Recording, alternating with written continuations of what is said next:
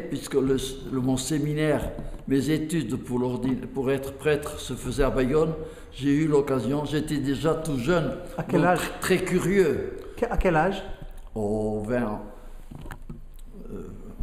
Entre 20 et 25 ans. Ah, ça a commencé si tôt. Ah oui. J'ai commencé très tôt à rencontrer une autre religion et une religion, et j'ai été, après coup, je le répète, très heureux que cette première religion non catholique que j'ai rencontrée a été la religion juive. Ma mère, sans trop savoir d'ailleurs, quand j'ai dû porter pour la première fois l'habit ecclésiastique, ce qu'on appelle nous la soutane, bien maman m'a conduit à Bayonne chez un tailleur juif. C'est ça? Et je me rappelle même le nom de ce tailleur, il s'appelait Salcedo. Mais c'est surtout Monsieur Lévy qui était un juif responsable à la synagogue de Bayonne, avec lequel j'ai eu des contacts fréquents. Et vous êtes allé à cette époque-là à la synagogue aussi? J'ai été à la synagogue une fois, oui. Une fois? Une fois, oui. Je la vois tout près de la gare de Bayonne. Oui. Tout ça même avant le concile? C'était avant le concile, ce qui était très rare. Comme j'étais pas le unique, j'ai pas la prétention d'avoir été le premier catholique à rencontrer un juif. Alors, mais c'est après, ce sont les origines. Mais alors après, au long de mes années de prêtrise et puis d'évêque, surtout d'évêque à Marseille, où j'ai rencontré, alors là à Marseille, un port cosmopolite. Pour en rester encore un peu sur mes rapports avec les Juifs, il s'appelait Emmanuel Edou. Edou? Ça vous dit rien, ça? Non. Il a écrit, j'ai une vingtaine de livres de lui comme ça. Emmanuel Edou était un poète. Il a écrit beaucoup. C'est-à-dire, vous avez parlé de la... Et alors avec lui, je le voyais très souvent, très souvent. J'ai une correspondance aussi parce qu'il aimait écrire d'une écriture très large. J'ai peut-être une cinquantaine de lettres de lui. Et sur quelle sorte de sujet? Sur la théologie, la vie, les valeurs? La vie. On parlait, oui, la vie dans toutes ses dimensions, aussi bien humaine, sociale que religieuse aussi. Aussi religieuse? Oh oui, il était vraiment juif, très vénéré par sa communauté juive, mais il était très ouvert, surtout à l'archevêque de Marseille, que je recevais très souvent chez moi. À cause du fait que j'étais à Marseille, le pape m'a nommé au début même, dès le début, membre des premiers rapports officiels entre le Vatican et la communauté juive. Mondiale? Mondiale, ah oui. Entre tous ces liens et rapports que vous avez développés pendant l'année, est-ce que vous pouvez penser d'un ou deux qui ont été vraiment des vrais amis, pas des connaissances, mais des vrais amis dans un sens intime? Oui, mais il y en a un que j'ai cité, là, Emmanuel Edou à Marseille, et puis un autre aussi avec lequel j'étais très ami, qui est Gerhard Rigner.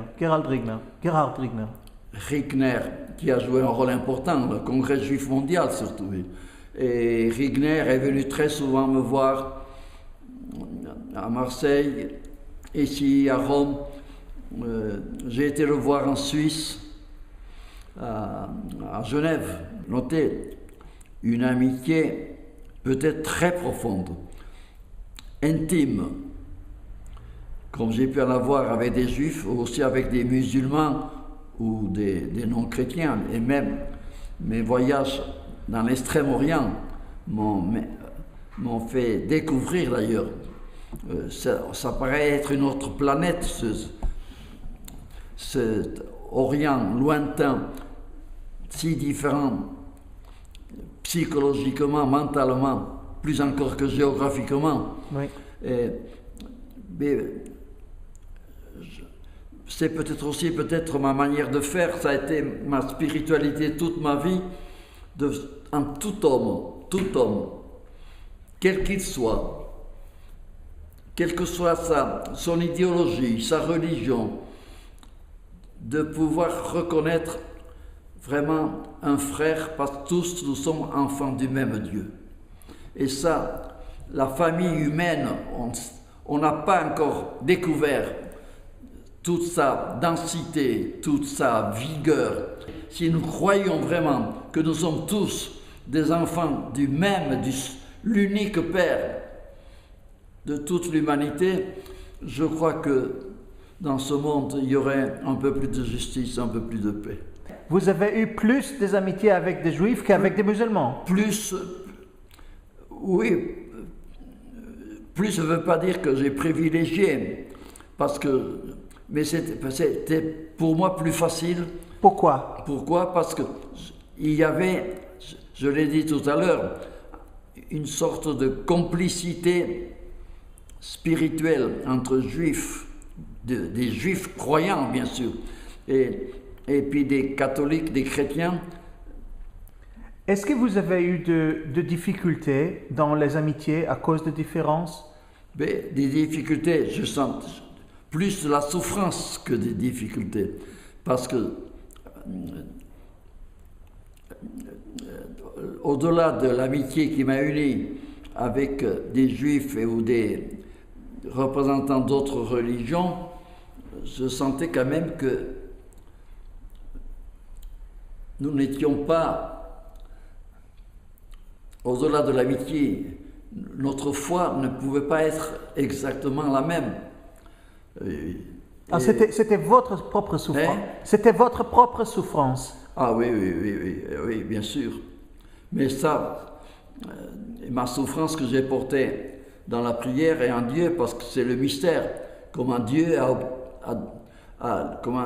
a permis,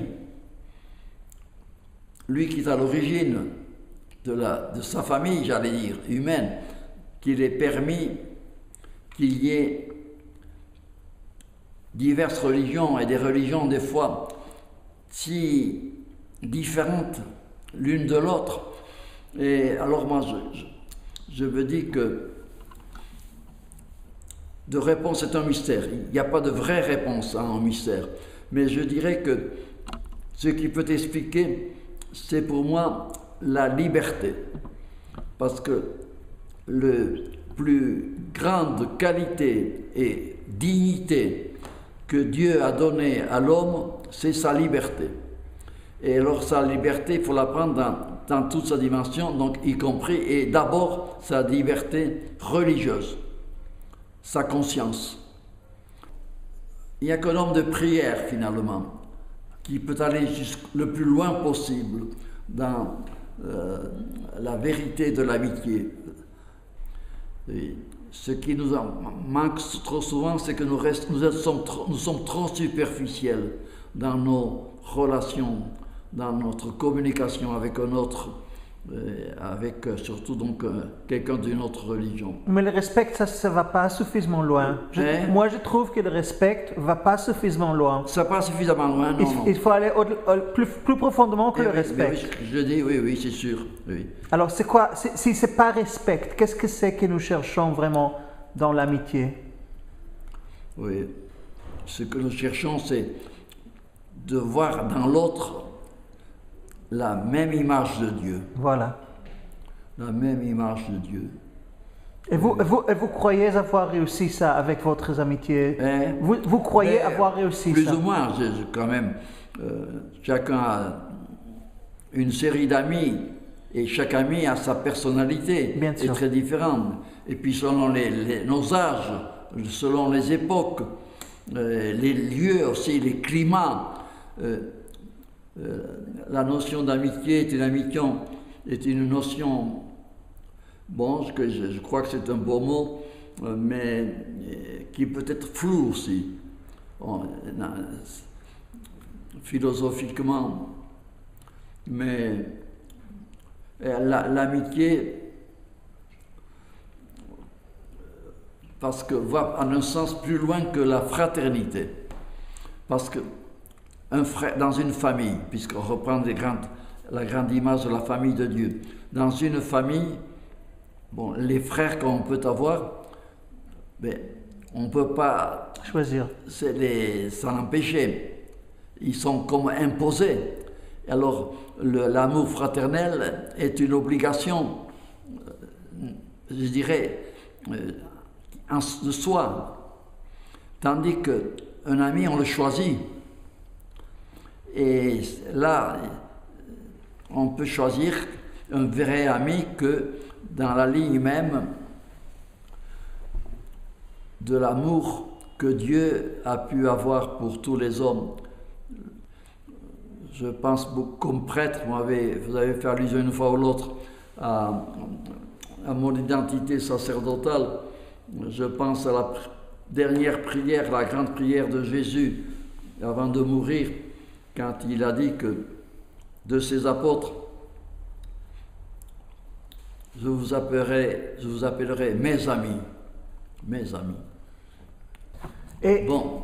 Alors, juste, j'ose ajouter encore une petite question, parce que vous avez parlé plusieurs fois de votre amitié avec les protestants. Est-ce que vous avez réussi à aller plus loin dans les amitiés, au niveau du cœur, de complicité, d'union spirituelle, avec des amis protestants ou des autres dénominations chrétiennes, ou en fin de compte, ce que vous avez achevé dans l'amitié avec les chrétiens et les non-chrétiens, c'était pareil? Ou peut-être l'inverse, peut-être vous avez... Vous savez, dès qu'on parle d'amis, puisque c'est un choix, moi je crois qu'une amitié spirituelle, et vous savez, dans le fond, quelle que soit notre religion, on retrouve, j'allais dire, les origines mêmes de l'humanité. Ce que Dieu a voulu quand il a créé l'homme et la femme. Oui. Et je ne chercherai pas à comparer si c'est avec les juifs, si c'est avec les protestants ou les musulmans ou des bouddhistes, que je suis plus porté à avoir de vrais amis. Il y a le respect de l'autre. Même les amitiés entre catholiques ne sont pas plus faciles que les amitiés avec d'autres religions, vous savez. Parce que le partage spirituel est ce qu'il y a de plus difficile à exprimer et à vivre. Oui, oui. Mais... C'est-à-dire qu'en fin de compte, c'est la relation individuelle et la façon que ça révèle la présence de Dieu entre deux personnes. Oui, oui. C'est ça qui compte et pas la religion à laquelle quelqu'un appartient. Oh, oui, oui. C'est ça? Oui, oui. Mais bien sûr, chaque homme religieux qui vit selon sa religion, selon sa conscience quand même, souhaite quand même, en respectant l'autre, de pouvoir partager sa propre foi avec l'autre. Et ça ne peut se faire que à l'intérieur de la même religion. Mais je disais que c'était partager avec d'autres catholiques, d'autres chrétiens, puisque c'est la même foi évangélique.